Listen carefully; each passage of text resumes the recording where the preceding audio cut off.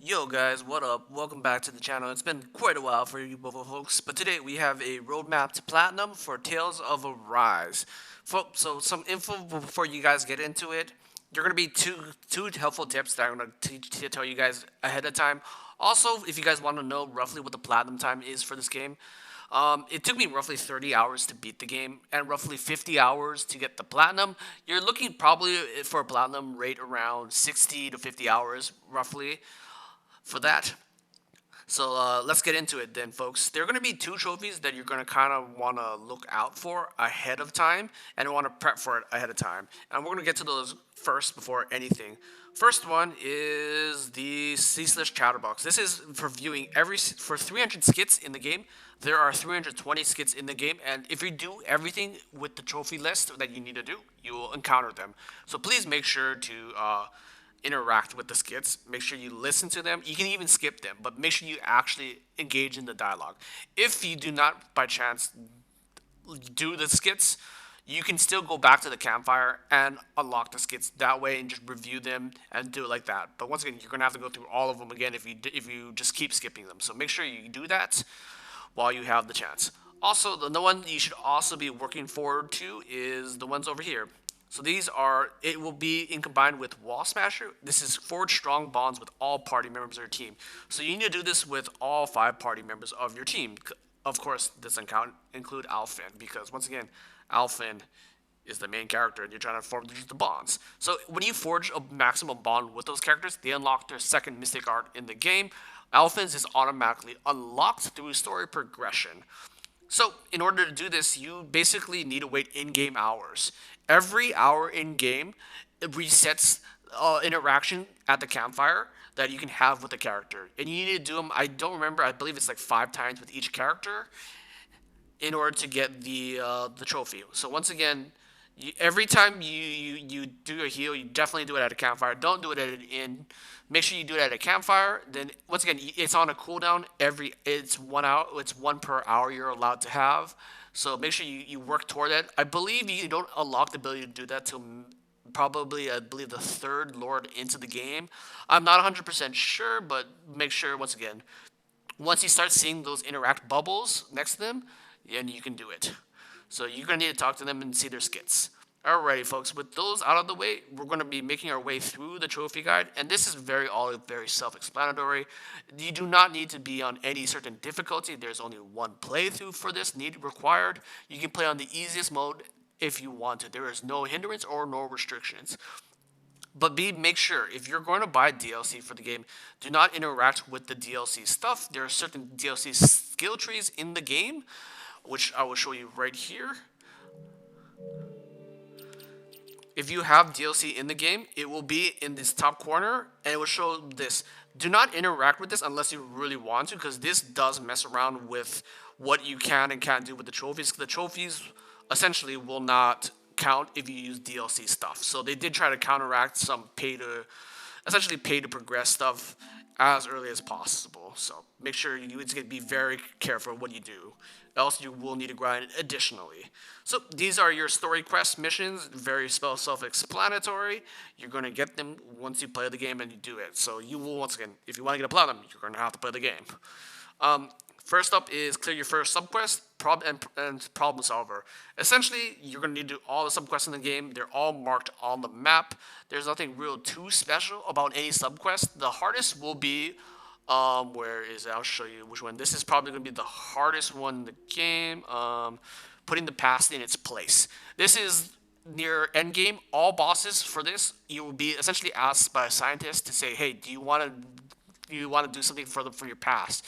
You will fight all 5 lords in a row, plus you will fight them together as a team. Then you would fight, once again, spoilers, Zephyr at the very end. These are all max level fights. All the bosses here are 95 plus. So you do want to go with another trophy before you do this. So once again, be very aware this is a tough trophy if you're not prepared for it ahead of time. You fight every single lord boss in the game in a row and together. So be very careful with that. Skilled angler and godly angler are your fishing trophies. Honestly, do not do this until near end game. It just makes it easier. If you do Kisara's arena at ultimate, it will give you the best fishing rod in the game, attainable before you get all the fish in the encyclopedia. So you definitely want to do that before doing this because it's a massive help. So once again, don't do this until you beat the ultimate arena for Kisara and get that fish, because that fishing pole, because it's vastly easier. I will leave a guide to where all the lures are in the game, just in case if you miss them.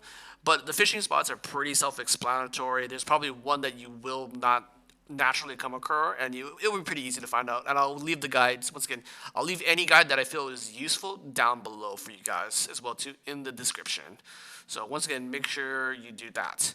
So make sure, once again, do this near end game once you finish the arena for Kisara. Next up is these two trophies. Acquire 30 kinds of non-DLC recipes. Once again, there it goes to show you that, once again, non-DLC. So once again, make sure, non-DLC. But yeah, this is pretty self-explanatory and pretty easy to go through. You're gonna get a lot of the recipes by hand. You're gonna need a lot of them for just to make the game easier. Next up is Armed Stockpiler, forge 100 weapons. So this has to be 100 unique weapons in the game. There are near almost all of them. It's going to be roughly 103 weapons in the game, I believe. Correct me if I'm wrong, but there's 103 weapons, and you have to make 100 out of them. Realistically speaking, never sell anything in the game, weapon-wise. You can sell armor, but not weapons, because you might have to upgrade those later on to different weapons.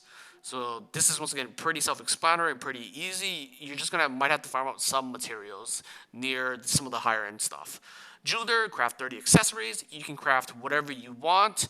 Honestly, jewelry accessory modding near late game is very, very useful, but you're just going to make 30 accessories no matter what. Pretty simple.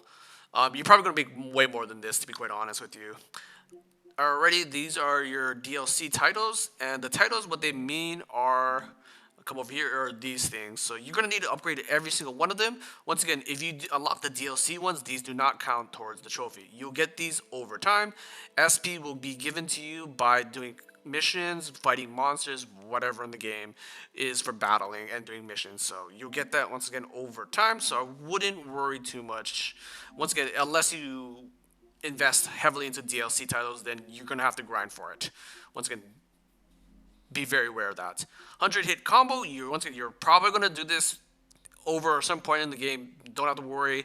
One hit wonder, once you get to level 100, this is pretty much as simple as hitting your essentially your insta kill button.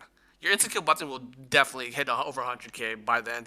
If you don't get that by then, it's not a problem. You get it over time. Trust.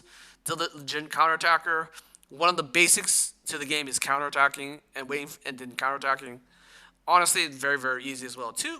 High roller, you're going to be spending a lot of money in this game. Even though you don't get a whole lot in this game, you'll be still spending quite a bit on it, on items and weapons and accessories. So don't worry. This is probably not going to apply to you at all. You're going to get this at some point. Up next is Peak Strength, getting level 100 all characters. Once again, this mission over here, you're probably going to need level 100 characters anyways, so you're going to do this. So we're also going to connect this trophy, Peak Strength, with another trophy called Chronos, Otherworldly Survivor. This is beating essentially the end game. Once you beat all 4 of the elemental lords, not the elemental lords from the main story, but from the end game stuff, side quest, you'll be essentially sent into another dimension where you fight a bunch of really hard bosses. Once again, all end game bosses, 60 to level 95. Kronos is level 95. He's the only farmable boss in the game, and once again, he comes at level 95, so you can farm him pretty easily. I'll leave the guide to where you want to fight, where it shows you to fight Kronos. But there's one big tip I want to teach you. If you guys played Tales of Xillia 2, you will know Kronos is one of the bosses in that game. He is also a very powerful boss. He also has a very powerful move called Time Stop. If you don't know what Time Stop does, is basically it stops time. He can essentially attack you for free. In order you can actually see it coming, So if you're playing with Alphen like I do, if you see the move coming, he actually holds his two hands together and he charges a white ball. Then when he activates it, he'll raise one hand in the air. That's when you know he's going to activate time stop. So what you can do is if you have Alphen, you can actually stun him out of that time stop using his burst move, is up on the D-pad or wherever you have on the keyboard, and that will stun him out of it. If you do not have the ability to stun him, you can dodge the time stop. So essentially, when he casts time stop, you're in your dodge animation. So what happens is he will target you as the main player consistently, but because you're in a dodge animation, you're completely invincible to it. So he's essentially focusing you the entirety of the time, and he will be missing all those hits. So once again, those are the ways to pretty much cheese out his time stop. If he does catch you in a time stop without invincibility frames or being stunned out, he will essentially instant kill you, and he might get another character as well too. So that's why time stop is very very annoying for him. But he will be the boss that you will be farming. You can once again you can switch to any difficulty you want and farm him. There's no difficulty trophies in the game. There's no penalties either. You will also want to put on the artifact that gives you 20% XP, and you will want to use the recipe that gives you a large amount of XP boost. And this will probably take you, because by the time you fight him, you'll be roughly around level 90. It will take you less than an hour to grind him out and get to level 100, and you will want to be level 100. Encyclopedia of Zeluga, you'll encounter 120 monsters in the world. Pretty simple. Unrelenting Blaze, this is story related, so you won't be missing this. These ones will not be story related, but they are side quest related, so you can't miss them. These are all very tough fights, by the way. The only tricky one would probably be Gnome, because it's really annoying to essentially go through his dungeon. But once again, I trust you guys to be able to figure it out. His dungeon, pretty simple. But once again, do not fight these until past level 60. Nightmare Blossom is probably the hardest one out of them, in my opinion, just because it's so weird what his level is and what he actually does. It just doesn't feel right. This would be an annoying fight, but it's very doable. Once again, a very annoying fight. This is a super annoying fight as well too. Once again, they're all very doable at level 60 plus. Big Game Hunter. This is hunt all the massive gigant Zeugles in the game. You will want to do this regardless. They are a part of your side quest. Each one is a side quest in itself, so you have to do it, and they will give you a buff to your CP. Next up is Elite Vanguard, the ultimate group level of training grounds. Essentially, you don't need to do any of the other training grounds, but to at least do the novice ones, and they do give you some good items. But the team one, this is the only unique one in the game. It comes with a level 99 enemy, and it's Sword Dancer. I will tell you guys my opinions of Sword Dancer later on in the review section of this game, but honestly, it's not as hard as it is. But once again, be prepared. It's a two-phase boss fight against Swordmaster, so please be aware that it is very very tough in some regards. Plus, you cannot use items because once again, you are in the Colosseum. In this version of the Colosseum, you're not allowed to use items. So once again, be prepared.